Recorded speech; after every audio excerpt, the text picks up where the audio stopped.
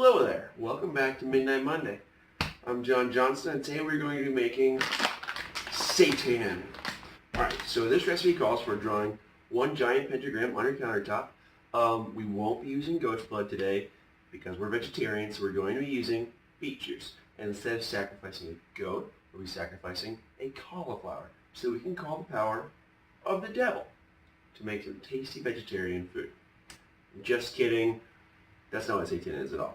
Seitan is actually fake meat made out of wheat gluten, which is the protein that's in wheat. So if you have celiac disease, unfortunately this is not for you, but I think it's a pretty great way to save a ton of money and also make sure you're getting your, protein type nutrition. So a serving size of a typical seitan cutlet, at least the way we're going to make it, is 120 calories, 23 grams of protein.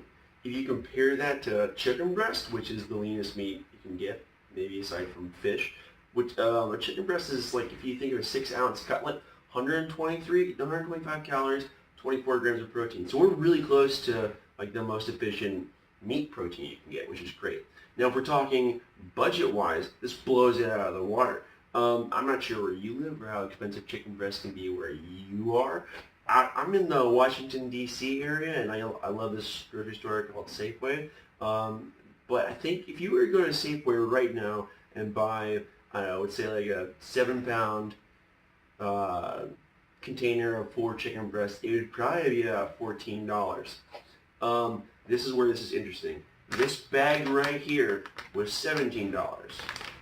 This is called nutritional yeast. I think this is about $3. This is called liquid aminos. We'll get into all these in a second. This is, I think, $6. And this is our vegetarian broth. This is about $7. So we go 7, 6, 3. Was it 16 plus 16? $32. This is going to make us, this bag right here, we'll probably have to get a few more of these, but just this bag right here will allow us to make 140 seitan cutlets. That's going to last me for forever. So it's fantastic. But let's talk about what we got here. So this is a thing called nutritional yeast. This kind of gives the seitan its meaty flavor, and it's also a pretty good source of protein. So yeah, there's 3 grams of protein in 1 tablespoon, which I'm not sure if you follow ratios. That's pretty badass. This is a thing called liquid aminos. This is not super special. Don't freak out about this. A, you can find this at Whole Foods. B, if you were really gung-ho, you could probably, if you didn't live near Whole Foods, you can definitely find this online. This is, safe at room temperature. But also, right on the top, it says natural soy sauce alternative. So you could use soy sauce. But I've made seitan a few times now. I actually didn't use this at all. I just stuck with this and water. We were using water in our recipe. So then I mentioned this earlier, and it's also in a few other videos that I made. This is a brand called Better Than Bouillon, and they make a veggie broth, imitation chicken broth, and this is their imitation beef broth. So I haven't used this yet, but I was curious that if we use the imitation beef broth, if we could really kind of, I don't know, make specific flavored seitan, like a beef seitan versus a chicken seitan. So I'll be trying that out today. At the end of the video, I will give you a review on how it comes out. Alright, so let's get this started. So the first thing we're going to do is make our broth. And the reason we're going to do that is because not only are we going to boil the seitan cutlets in the broth, but the mix, the dough for the seitan calls for broth. So we're making 4 seitan cutlets, so we want to boil them in 4 cups of broth. Where we go? The ratio of Better Than Bouillon to water is 1 teaspoon of this stuff to every cup of water. But since the recipe for the seitan also calls for about a half a cup of broth, we're going to go ahead and just make 5 cups of broth. It's not a big deal to boil extra broth. It won't hurt nothing.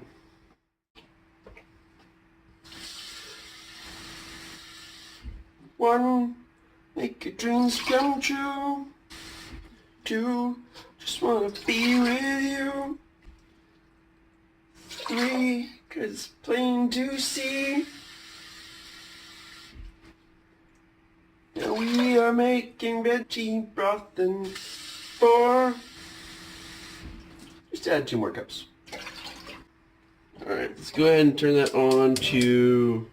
So I got a gas stove. I'm just going to put it on 6 or 7. We're going to bring it to a boil.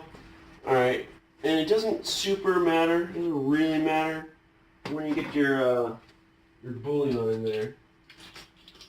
Alright. So 5 cups of water. We're going to use 5 teaspoons of this stuff. And it's sludgy. It's going to stick to the teaspoon. So before it gets hot, before the water gets hot, like I will just shake the spoon in the water to get it off the spoon. So when it gets hot, that splashes up. That's not going to be fun. Alright, so we get that in there. Let's stir it up a bit, just so it looks more like broth and less like water with gunk in it. Cool. Alright, we're going to cover that up and let that come to a boil. Our broth has come to a boil. We're going to turn it down to low just so it can hang out for a minute. And what I'm going to do is put a cup aside. We need a ½ cup of this to put into our seitan batter. But I don't want it to be in there when it's hot, because I think I'll kind of cook the wheat gluten a little bit. So we're just going to put a little into this bowl and let that cool down. I'll put that in the refrigerator actually for like a minute, and then we'll come back to it. Alright, so now that our broth has cooled down a little bit, we're going to treat this as kind of a wet mix and a dry mix. So we have a 1/2 cup. We have 1/2 cup of fake beef broth. Right? We're going to put in 1 tablespoon of olive oil, is what the recipe calls for. I'm using something, it's called grapeola, like half grape, half canola. I thought it was half grape, half olive. But regardless, one of those kind of like more bitter, dark, intense oils will give this a meatier flavor and a good, decent fat source.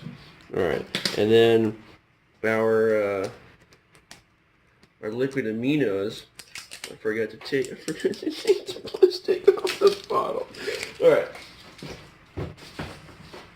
Let's see. Oh man, so they have a plastic on the outside and on the inside. It's like there's not diamonds in here, right?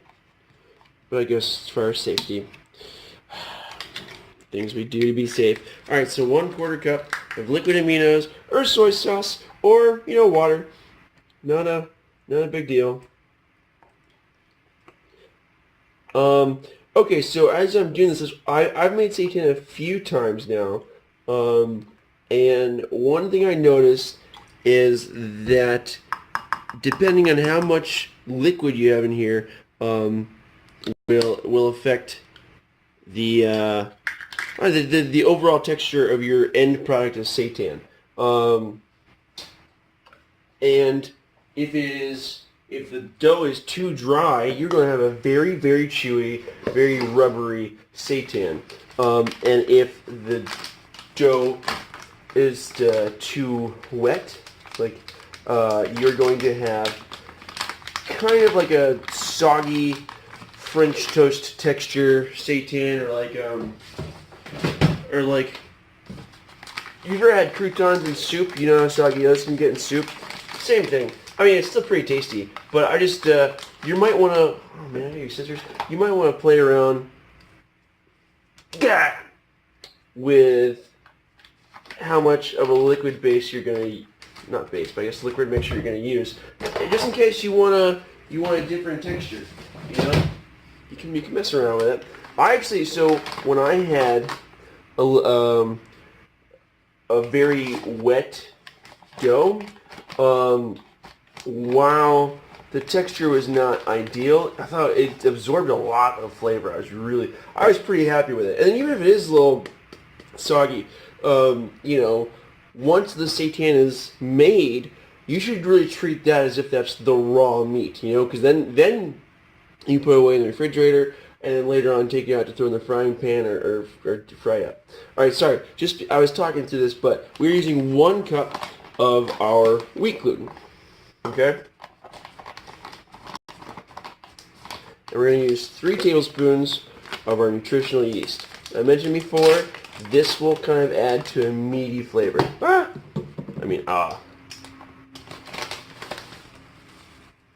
1, 2, 3. Cool. And what's cool about this, this is kind of dumb, but this is not a Ziploc bag. This is like a Velcro bag. Way to go, Trader Joe's. That's neat. Alright. So let's go ahead and mix our wheat, wheat gluten and nutritional yeast together. Cool.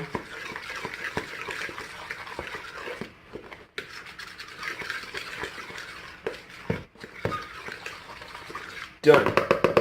Alright, I noticed we actually didn't really mix our wet stuff. We just kind of put it in there. So, mixy, mixy, mixy. Oh, yeah.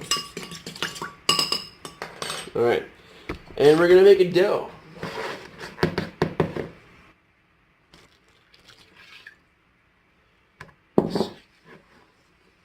I like using, wooden spoons. Like, not a wire whisk for dough, just because it's going to get really clunky. So you don't really want to use anything that's going to get stuck in the prongs. And eventually, once this is starting to happen, we're going to actually get in there with our hands. Now this, I might actually add more water to this, just because, actually it's not too bad. That's not too bad. Like, I still might add water to it. This is not picking up all the yeast.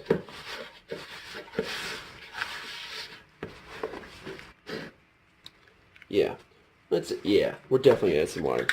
I'll use a 1/4 cup.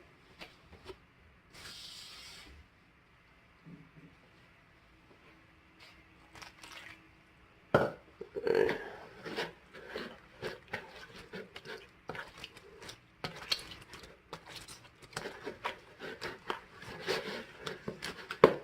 Cool. Oh yeah, get those screams in there. Okay, so I know this does not look like a lot, and this is 4 servings. And you're like, that's the size of your hand. What are you going to do with that? This, we're going to cut into 4 pieces. This is going to get humongous as it boils and absorbs the broth. Well, it's slippery. But yeah, so just go ahead and knead that a little bit, and then we will cut that into 4 even-sized pieces. All right. Stretch it out just a little bit.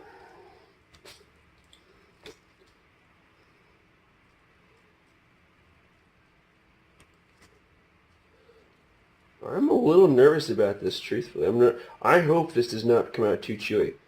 Alright. So, get a knife out, cut it into 4 even pieces.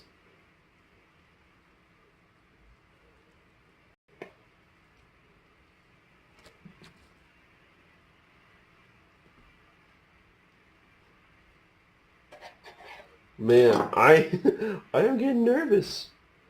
Alright, screw it. We'll roll with it. This is going to be YOLO Seitan. Let's see how chewy this comes out. Hopefully not too chewy, but I honestly, so like when I made it and I didn't put enough water in or liquid in, the texture at the end was, did you ever have, if you went to a public elementary or middle school or high school and you had, like, the food wasn't amazing and you kind of remember the hamburgers and maybe the hamburgers were super chewy, the texture was texture and taste was so much like that I was like I started to think that maybe we weren't actually eating burgers in school, but we were eating Seitan, and because it's cheaper. That'd be kind of funny in its own way. Because we used to joke that it wasn't real meat. But we were thinking, like, I don't know, chemical stuff. Or like uh, Mondo burger from Good World. Not Good World, Good Burger. Alright, cool. We have 4 cutlets. We're going to take these over to our broth. We'll be there in a second. Our broth is boiling. Here it is. Yeah. It's boiling broth.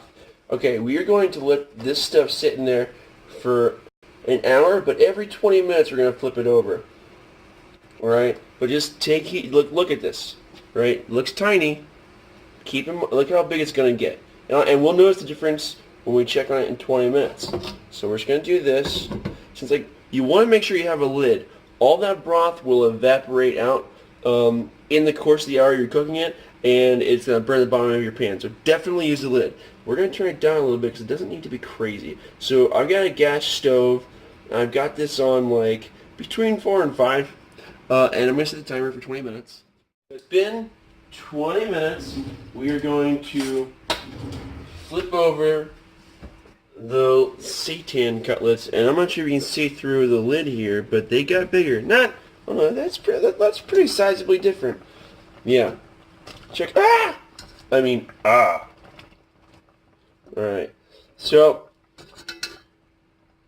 they already feel, I'm so nervous, man. I think I messed this up.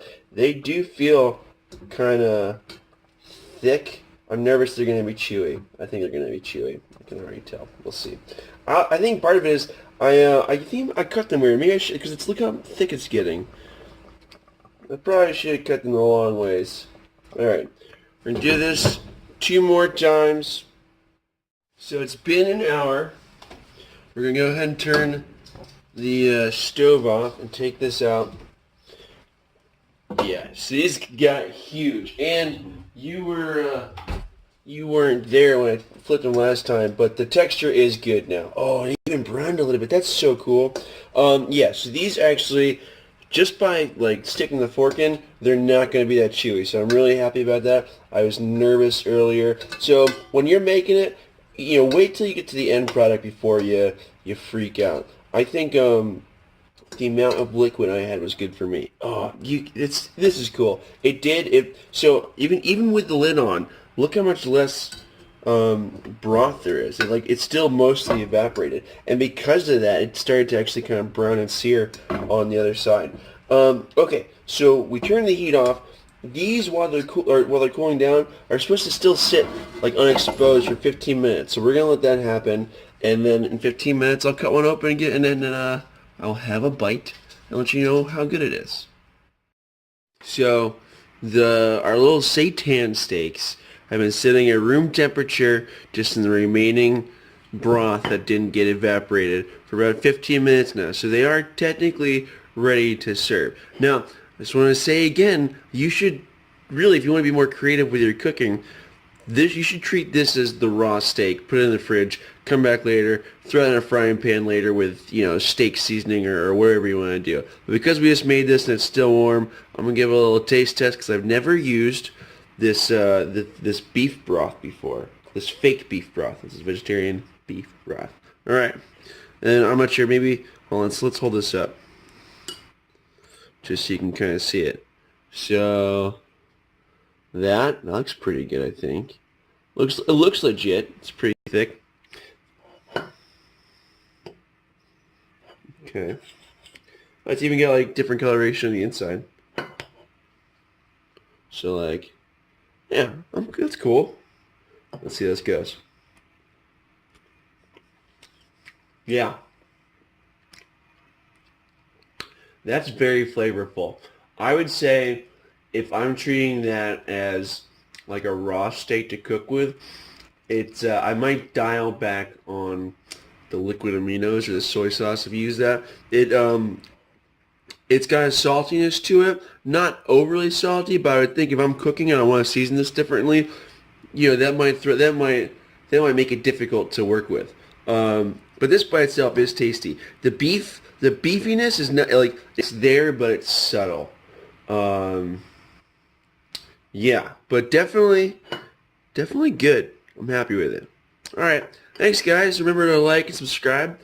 Stick around. We'll have more videos on how to make cool, fun food without really feeling like you've been a vegetarian at all. Later.